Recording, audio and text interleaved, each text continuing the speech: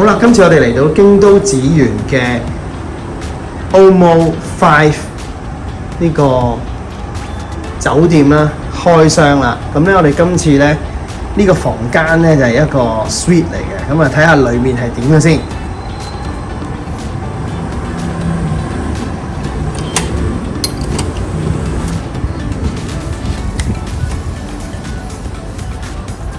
哇！一入嚟，哇！超大啊！非常之有呢一個京都嘅感覺，因為真係一個榻榻米啦，同埋咧個地下咧都係咧呢一個榻榻米嚟嘅。咁呢間房咧其實咧係一個套房啦，一個 suite 啦。咁咧佢就基本上咧係可以係最多係4位嘅。咁今次咧我哋咧2位咧真係非常之闊落啦，當然。咁咧其實個地方咧都真係非常之唔錯噶。咁咧就仲有咧一個小嘅廚房啦，可以自己喺度煮嘢咁樣啦。咁今次咧當然咧酒店咧幫我安排咗啲特別啲嘅，就係咧即係有好多嘅唔同嘅自己自助嘅早餐啊，譬如呢一 set 咧，其實係咧可以俾你自己咧喺個房裏邊咧有個麵包機咧，係自己去焗麵包啦做早餐嘅喎。咁咧其實咧成個餐咧就仲有咧6款嘢咧係俾大家去點嘅，有牛油啦，應該係三文魚啦，跟住仲有啲好似粟米咁樣啦。同埋咧呢一個紅豆啦，仲有抹茶咁樣嘅嘢啦，同埋一個白色嘅醬啦。咁咧我哋咧另外咧就仲有2款嘅 jam 嘅。咁其實呢個可以 vending machine 嗰度買嘅。咁咧就一晚佢就自動咧就整咗個麵包出嚟啦。咁咧已經呢一個 set 咧係有晒啲粉啊，有晒要焗麵包嘅嘢喺度啦。咁其實咧，如果你自己嚟嘅話咧，亦都可以 order。咁當然咧，亦都有啲 jam 啊、茶啊，同埋咧就有2包湯嘅。咁呢啲咧就喺呢個 lobby 嗰個 vending machine 咧就可以買得到。咁就要嚟咧做一個早餐嘅 set 啦。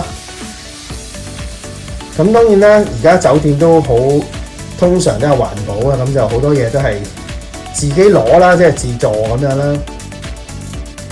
咁我哋咧今晚咧喺度住啦，就聽日咧就仲會有一個咧 hot pot 咧係自己喺房嗰度咧可以有一個鴨鍋咧係自己喺房度自己煮嘅喎。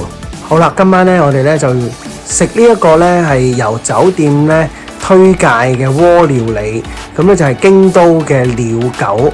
咁佢哋咧係會將成個鍋同埋咧所有嘅配料啊材料咧就送到嚟我哋個房度咧，咁我哋自己可以去做一個雞鍋嘅。咁我哋咧就先睇下個鍋係點先。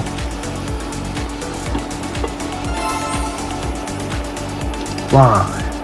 咁我哋咧就可以將配料啦、菜啦等等啦擺晒落去，咁佢就提供埋個湯俾我哋嘅。咁除此之外咧，當然有所有嘅醬料啦、蛋啦、飯啦，同埋咧前菜啦，都係有晒嘅。咁咧，其實喺我哋呢個房裏面咧，其實都有晒爐、有晒鍋喺度嘅。咁我哋就可以咧，自己咧係可以做一個雞湯鍋。咁咧就係由酒店幫我哋訂埋啦，咁咧就送到嚟房度咧，可以咧喺房度食就得啦。咁因為個房咧夠晒大啦，有晒所有嘅碗碟啊，咁樣都喺度嘅。咁4個人咧都可以咧喺呢度咧做一個雞湯鍋嘅一個晚餐。咁好啦，咁啊除咗個廚房之外咧，都睇下個廁所啦。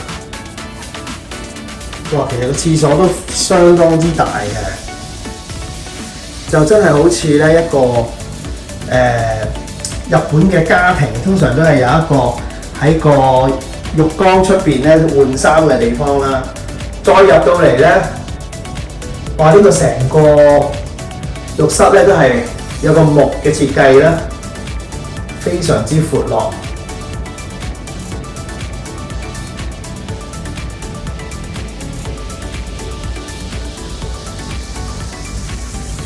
咁咧仲有個廁所位咧就喺隔離啦。